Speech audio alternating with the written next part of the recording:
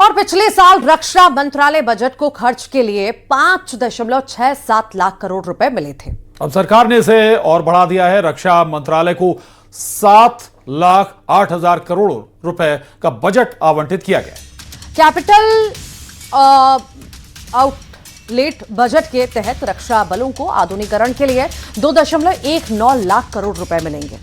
और कुल मिलाकर रक्षा मंत्रालय के बजटीय आवंटन में 15% की वृद्धि होगी। रक्षा क्षेत्र में बजट बढ़ने के पीछे एक बड़ी वजह हाल के सालों में बढ़ती सुरक्षा चुनौतियां हैं।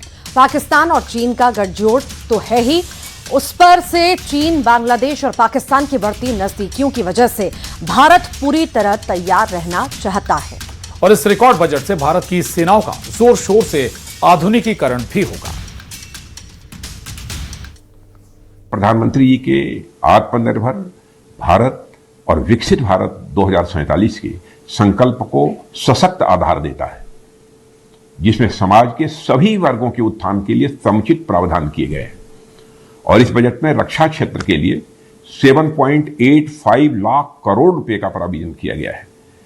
मैं इसके लिए भी प्रधानमंत्री मोदी जी का हृदय से आभार व्यक्त करता हूं। ऑपरेशन सिंदूर की ऐतिहासिक सफलता के बाद आए इस बजट ने देश की रक्षा व्यवस्था को और मजबूत बनाने के हमारे संकल्प को सुदृढ़ किया है। और बजट में सबसे जरूरी है मिडिल क्लास। बजट में आम आदमी के लिए इस बार कितनी राहत मिली है, यह सबसे ज्यादा जरूरी है। यानी बजट में इस बार क्या सस्ता, क्या महंगा हुआ, और वो भी आपको विस्तार से हम बताते हैं। दरअसल कपड़े, लेदर आइटम, सिंथेटिक फुटवेयर, चमड़े से बने उत्पाद अब सस्ते होंगे। कैंसर, शुगर की 17 दवाएं ड्यूटी फ्री, यानी कि ये भी सस्ती होंगी। Lithium ion cell, solar glass, mobile की बैटरी और मिक्स्ड गैस सीएनजी, ईवी और माइक्रोवेव ओवन सस्ते होंगे। वही विमानों का ईंधन, विदेश यात्रा पर भी टैक्स कम किया गया है। और अब बात उन चीजों की भी कर लेते हैं जो महंगी होने वाली हैं। तो इन चीजों में शराब, स्क्रैप और खनिज महंगे होंगे। जी हां, इन सेक्टर्स में कस्टम ड्यूटी बढ़ा दी गई है और इससे ये सब चीजें महंगी होने वाली हैं। उधर केंद्रीय बजट को लेकर इंदौर के उद्योगपतियों और एक्सपर्ट्स ने क्या कहा है, वो भी आप सुनिए। देश का बजट पेश हो चुका और हमारे साथ में उद्योगपति और एक्सपर्ट मौजूद हैं, उनसे बातचीत करेंगे। सबसे पहले शुरुआत होगी उद्योगपतियों से, क्योंकि मध्य प्रदेश की आर्थिक राजधानी इंदौर मौजूद है। आज का बजट कैसा रहा? ओवरऑल इस बजट को आप रेटिंग अगर देने की बात की जाए तो कितनी रेटिंग देंगे? आज का बजट विकसित भारत के बजट की नींव है। बजट @ 2047 का विजन इस बजट में दिख रहा है। $30 ट्रिलियन इकोनॉमी कैसे भारत प्राप्त करेगा, उसकी नींव रखी जा चुकी है। शुरुआत के 20 मिनट अगर किसी विषय पर बोला गया है तो वो उद्योग, प्रोडक्शन, मैन्युफैक्चरिंग, इस पर बात की गई है, जो आज दिन तक के इतिहास में कभी नहीं हुआ है। बताइए। बहुत अच्छा बजट है और पूरी तरह से सपोर्ट करने वाला बजट है। और महिलाओं को भी बहुत सारी, उन्होंने जितनी उम्मीदें हमने की थी वो सब उम्मीदें हमारी इस बजट ने पूरी की हैं। और भारत को टेक्नोलॉजी में इतना अपग्रेड करने के लिए ये बजट बहुत ही अच्छा बनाया गया है। रही बात टैरिफ, और अब बात करते हैं केंद्रीय बजट 2026 में एमपी के लिहाज से ये बजट आखिर कितना महत्वपूर्ण रहा। तो ये भी जानना जरूरी है, बजट में एमपी के लिए क्या क्या खास रहा, क्या ऐलान किए गए। चलिए आपको ये भी विस्तार से बताते हैं। तो प्रत्येक जिले में एक गर्ल्स छात्रावास का निर्माण होगा। ये मध्य प्रदेश के लिहाज से हम बता रहे हैं आपको। अलीराजपुर, धार, झाबुआ, बैतूल, बालाघाट, मंडला, डिंडोरी जैसे आदिवासी इलाकों को लाभ मिलेगा। जिला अस्पतालों को अपग्रेड करने का जिक्र भी किया गया है। 5 लाख से ज्यादा आबादी वाले शहर विकसित होंगे और सभी शहरी आर्थिक क्षेत्रों में विकास के लिए बजट भी होगा। और 5 साल में 5,000 करोड़ रुपए खर्च करने का प्लान है। छोटे शहरों में तीर्थ स्थल विकसित करने पर भी फोकस होगा।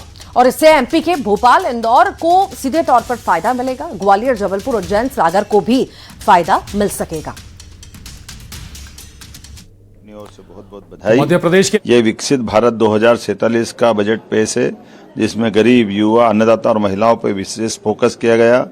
खास करके बजट की जो दिशा और लक्ष्य है, वो लक्ष्य भारत को सशक्त भारत की तरफ ले जाने का है, जिसमें आर्थिक ग्रोथ को बढ़ावा दिया गया है। बजट आया है वो जनता का बजट है, जनता के लिए है और जनता को समर्पित बजट है। इसलिए यशस्वी प्रधानमंत्री जी को भी हम बधाई देते हैं और भारत सरकार की वित्त मंत्री निर्मला सीतारमण जी को भी हम बहुत बहुत बधाई देते हैं, शुभकामनाएं। स्लैब की बात करें, चाहे पेनाल्टी पे राहत की बात करें, चाहे टूरिज्म की बात करें, चाहे हेल्थ टूरिज्म की बात करें, हर क्षेत्र में लंबी फहरिस्त है जो इस बजट में एमएसएमई जो हमारे लघु मध्यम उद्योग रोजगार के अवसर देते हैं, इन सब के लिए प्रावधान है।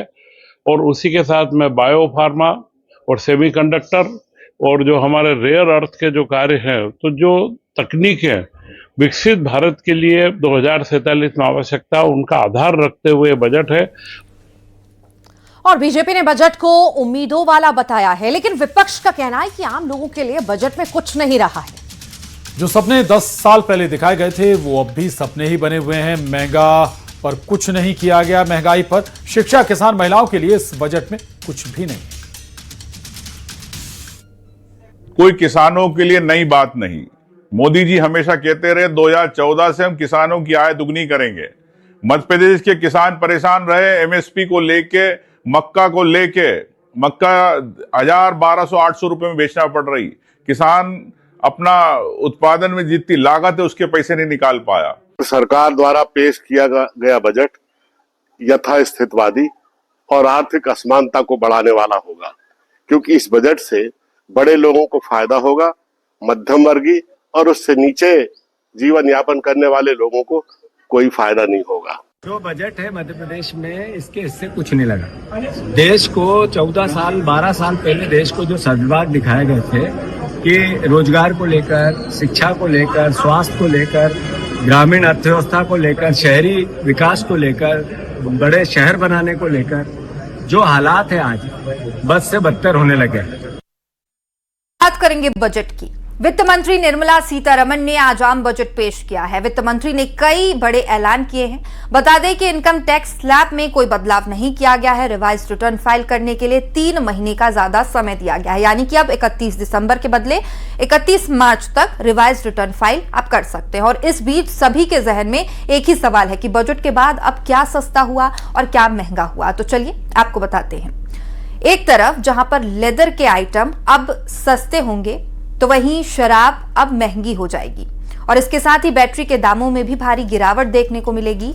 कैंसर की 17 दवाइयां सस्ती होने वाली है। पर्सनल यूज के जो विदेशी सामान हैं वो भी सस्ते होंगे। इसके साथ ही बायोगैस से बनी मिक्स सीएनजी अब सस्ती हो जाएगी। तो ये वो आइटम है जो अब आपकी जेब पर ज्यादा बोझ नहीं डालने वाले हैं। तो देखिए क्या सस्ता हुआ, क्या महंगा हुआ, ये आसान शब्दों में अगर आपको समझाया जाए तो आप ये देख सकते हैं कि एक तरफ जहां पर लेदर के आइटम अब सस्ते होंगे, तो वहीं शराब आपकी महंगी हो जाएगी और इसके साथ ही बैटरी के दामों में भी गिरावट आएगी। कैंसर की 17 दवाइयां सस्ती होंगी। पर्सनल यूज के जो सामान है, विदेशी सामान है, वो सस्ते हो जाएंगे। बायोगैस से बनी मिक्स सीएनजी सस्ती होगी। तो ये वो आइटम है जो अब आपकी जेब पर ज्यादा बोझ नहीं डालने वाले हैं।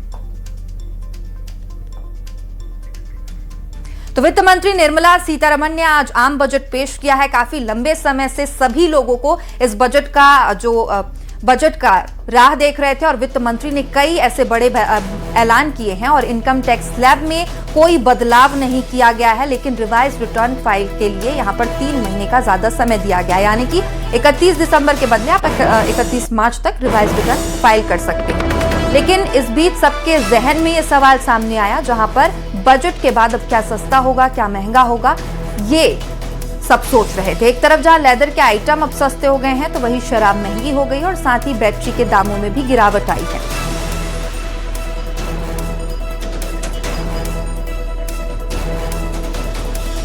तो वहीं बजट पर सीएम विष्णुदेव साय ने बयान दिया है। ये बजट विकसित भारत वाला बजट इसे बताया है और कहा है कि सुनहरे भारत की दिशा में ये ऐतिहासिक बजट है। वित्त मंत्री निर्मला सीतारमण जी को शुभकामनाएं उन्होंने दी है और आर्थिक विकास और रोजगार बढ़ाना लक्ष्य बताया। वहीं गरीब, किसान, युवा के उत्थान पर इस बजट में फोकस किया गया है, ऐसा सीएम विष्णुदेव साय का कहना है।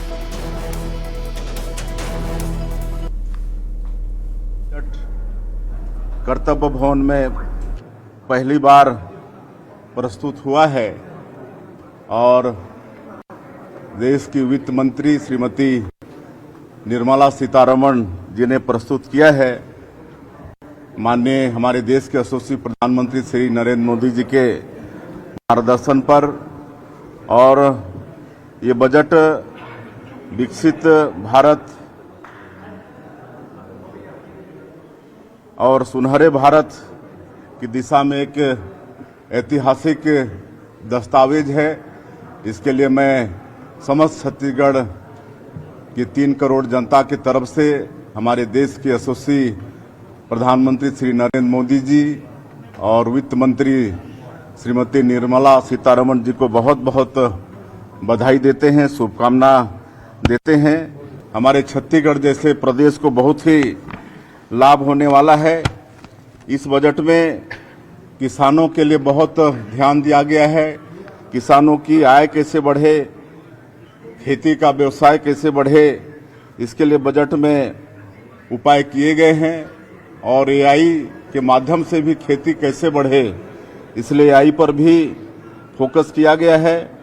साथ ही कृषि उत्पादन के साथ साथ पशुपालन, डेयरी उद्योग को भी बढ़ावा देने के लिए इस बजट में विशेष फोकस है।